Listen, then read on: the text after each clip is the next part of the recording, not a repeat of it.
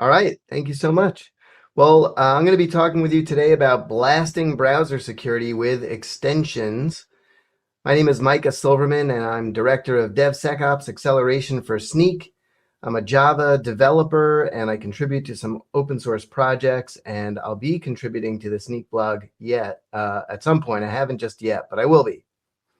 But let's jump right into it. Browser extensions, small software module for customizing a web browser. Pretty straightforward. Most of us use a couple of these every day. 1Password is probably my favorite, but there are a few others.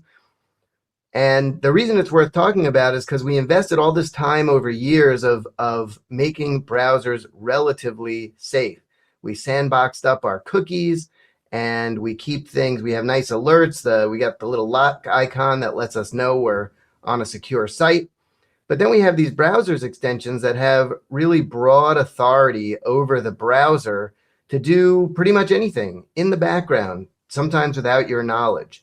So the purpose of this is really to raise awareness, to make sure you're aware of how browser extensions work, because they're great and we should use them, but we should also be aware of what they can do and maybe be a little more discerning about the extensions that we use.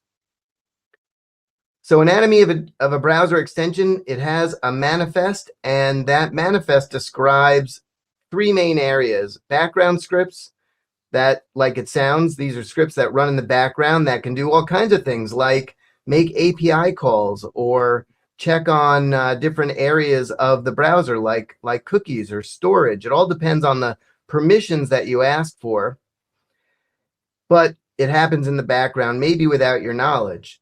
Also, pop-up scripts. This is what we're probably used to interacting with extensions most frequently. That is when you click on the icon, a little interactive box comes up, and that's just HTML and JavaScript.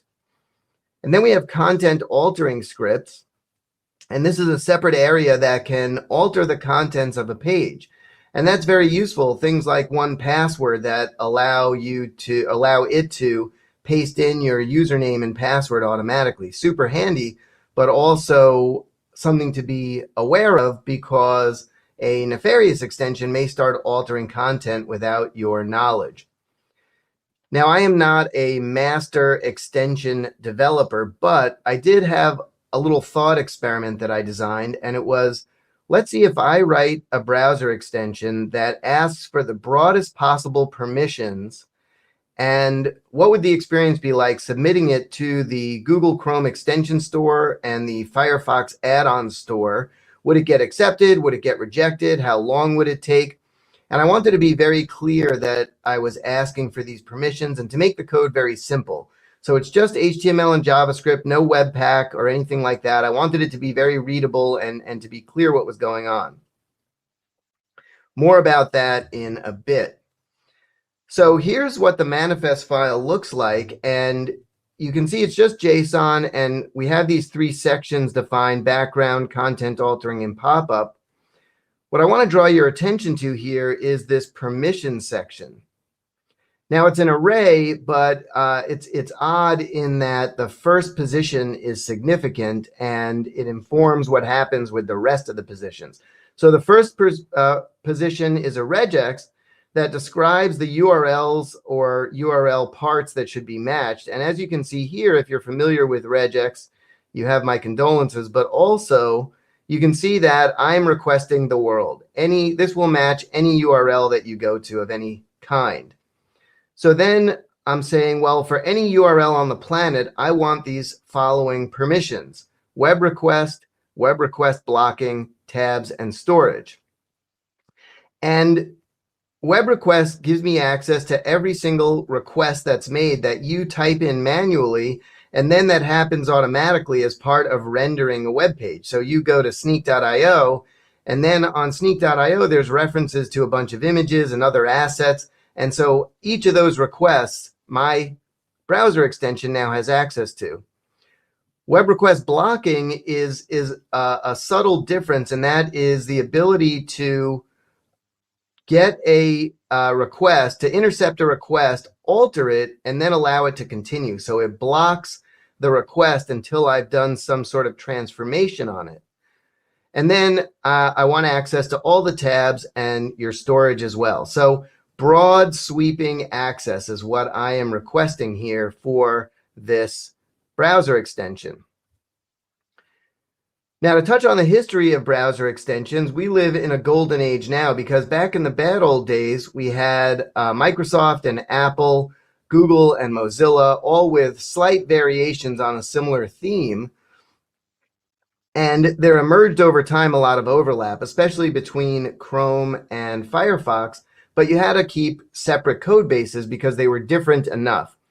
Pictured here is the root that you use to access the extension objects in Firefox was browser dot, and in Google Chrome, it's Chrome dot. So even though the object and the function, excuse me, are the same, you still had a different root, so you had to have different code bases. Well, Mozilla did us developers a big favor in creating browser Polyfill. And a polyfill is a piece of code used to provide modern functionality on older browsers that don't natively support it. In short, it made it so that even on Chrome, we could use browser dot. And this way we could have a single source code base and create extensions that would work on both Chrome and Firefox. Mozilla further released this tool called web-ext, and it aims to support browser extensions in a portable cross-platform way. And so with web-ext, we can develop, test, build, and deploy. And these last two, build and deploy, is super convenient because the bundle is slightly different between Chrome and Firefox. But using web-ext, you can take that same code base and it will package it all up for you in a form that's ready to be submitted to the different stores, the Chrome Extension Store and the Firefox Add-ons Store. So as of just a few years ago, writing cross-platform, at least for Chrome and Firefox, which are arguably the most popular browsers, it became very, very easy, or more easy. Well, without further ado, let's take a look at the Pretty Kitty browser extension. And here I'm using web-ext to run the browser extension in the browser, and it gives me all of the same modern tooling that we would expect from something like Angular or Vue.js. That is, I can alter the code and have those changes reflected right away. So it's a really nice development environment. But even if the extension is not publicly listed on the extension store, it allows me to install and run it in the browser. So on the left here, I have Chrome. On the right, I have Firefox. And I know the screen looks really busy because I'm at two different sites, but it's for a reason. So let's see what we do here. So primary function of Pretty Kitty, it shows you cat GIFs. Who doesn't like to watch cat GIFs? Every time you click it, a different cat GIF. So that's super handy and useful. And if you're like my mom or a lot of people I know, you would go to the browser extension store and just install this without a second thought, because who doesn't want to see GIFs of pretty kitties? But you'll notice there's a little bit of UI at the bottom here. And I use that term very loosely because there's absolutely no styling. I really wanted to keep this super simple. It's just HTML and JavaScript. But that starts to expose some additional functionality.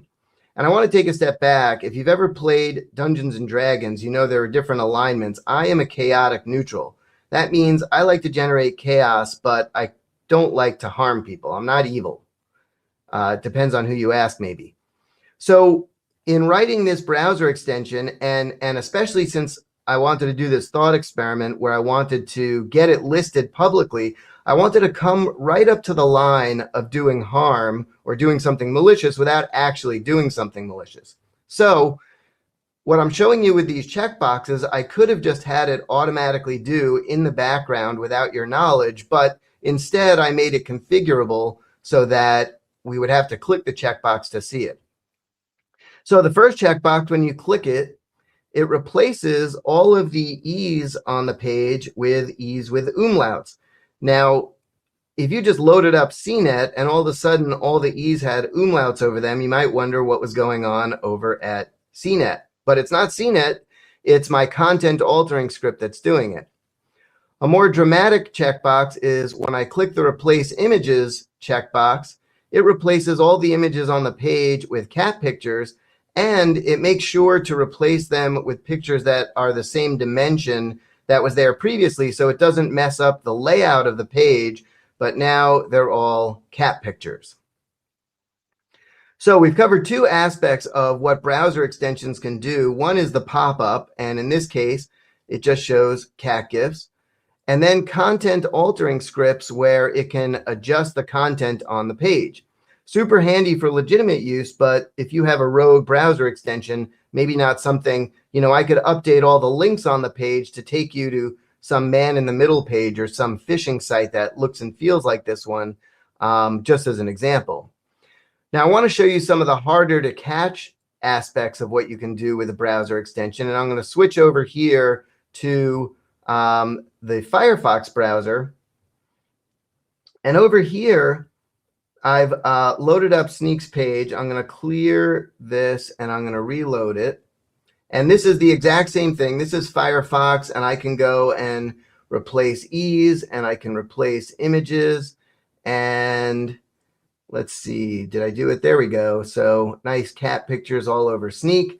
But what I really wanted to show you on this page was something different, and that is something going on with the background script. So I'm going to refresh once more. Let me clear that and refresh. And what I want to do is highlight the first request to Snyk.io. And I know this is very small right now. I'm going to zoom in on it in a sec. But I want to show you something in the request headers. I'm going to scroll all the way down. And let's take a look. If you notice, there's a request header that says X nothing to see here. So this Pretty Kitty browser extension is injecting a request header on every request. Like I said, chaotic neutral. It's not really doing anything malicious, but I could set a well-known request header or overwrite a cookie or do something bad, and that would be sent on every single request. Or I could have it be highly targeted. Maybe it'll only inject that header when you go to chase.com or something like that. Lastly, I want to show you the console here. What we're looking at, this is actually the extensions console. It's a separate console. It's not the main browser console. And that allows me to output from the extension itself. And what I want to show you here is that I am bringing up too many things. Here we go. The other thing that the extension does is it's kind of a proof of concept to show that I can alter a request directly. So in this case, it's not just a header. I'm actually adding a query string parameter to whatever site I go to. And if I were up to no good, I would actually alter the request and then let it continue on. But in this case, I just wanted it to be a proof of concept. I didn't want it to do anything actually malicious. So I just show you here that whatever you put in, I can alter that request, and I could add additional parameters. I could add additional headers. I could post to forms. I can do all kinds of things there. Ooh, I've gone too far. Okay, so here's the punchline. I submitted this extension to both stores, and they sailed through whatever sort of review they have, and they are live and publicly available now. And again, they don't do any actual harm, but they do things that maybe you don't want them to be doing in the browser, in addition to showing cute cat GIFs. They sailed right through the review process. And the funny thing is that with Firefox, almost a year later, it got suspended. And I thought, oh, somebody saw that I was requesting ridiculous permissions for a cat GIF extension. But what it turned out to be was that Mozilla wanted me to provide some documentation for a third-party library that I was using, a minified JavaScript library. And it turned out the minified JavaScript library that they were unhappy about was their own browser Polyfill library. So I provided a little bit of documentation on the use of that library, and then it became enabled once again, and now it's public in both browser stores. So I will leave this up here for a moment. This is a QR code that will get you to this slide deck, and it'll also give you a link to the open source project that is Pretty Kitty, as well as links to both of the browser stores should you want to install it in your browser. I wouldn't advise it. It doesn't do any harm. You can look at all the source code yourself, but it's just another extra extension to have there. So why do it? So with that, I will wrap up. Thank you very much for your time and attention. Thank you, Snyk, for having me here today, and I'll answer any questions if there are any questions to answer. Micah, I think you could be the cuddliest tyrant that we've ever seen. Like, if I see just web pages being torn down because they're full of kittens, I mean, there's literally video evidence that it's you. I mean, talk me through that tactic. No. Brian, I'm sure that Brian has more effective questions than I'm actually just amazed that there is a review process for these extensions and they didn't catch this, or it doesn't flag anything and you don't get any feedback on it. It's like, seems legit, let's push it on. So that even though there is a review process, then still you need to be aware of these kind of things, and you cannot, again, blindly trust these kind of processes that the stores put in place. Mind-blowing. That is basically what I'm saying. I mean, Micah, what would you say should be the advice of someone who's, for example, building a website and just thinks like, oh yeah, these browsers, they've got review processes, so extensions aren't going to kill my page or anything like that. But you've clearly shown that they can do some discomfort at least. What advice would you give any web developers here? Yeah, I mean, a couple of things. One is just, make sure it's someone you trust. So I use 1Password extension. I trust 1Password to the extent that you trust them. The other is, it's great if it's an open source project, because you can go and scan their code and see what comes back, see what they're up to, see if they have any vulnerabilities in it. It's really quick, it's really easy to do, and you'll get immediate feedback. And then depending on how deep you want to go, I do check to see if the browser extension is making network requests, any new extension I install, because that's suspicious, except for a small handful of browser extensions that I use. Like my eyedropper browser extension doesn't need to be making web requests of any kind at all. So if it's doing something like that, probably a bad thing. That is marvelous thing. I mean, check out if it makes requests if you don't accept it to expect it to make requests. That is, I think, a good point to get started with these. And don't just trust them blindly only if it comes from a manufacturer that you're actually using the product from or something like that. Let's keep it to that, because I see that the next speaker is already backstage. And who is the next speaker? But first, Micah, thank you. I love this talk. I am probably gonna install that plugin just to see how much, just to play around with it, because it's with umlauts everywhere. Yeah, because why not? Why not have everything with umlauts? Yeah, I sound kind of German. Then everything sounds kind of German. I think Chris will like it. He has been on this thing for hours. We can make everything a bit German, Chris. So good for that. Thank you again, Micah. The most adorable parent we've ever met in our entire lives.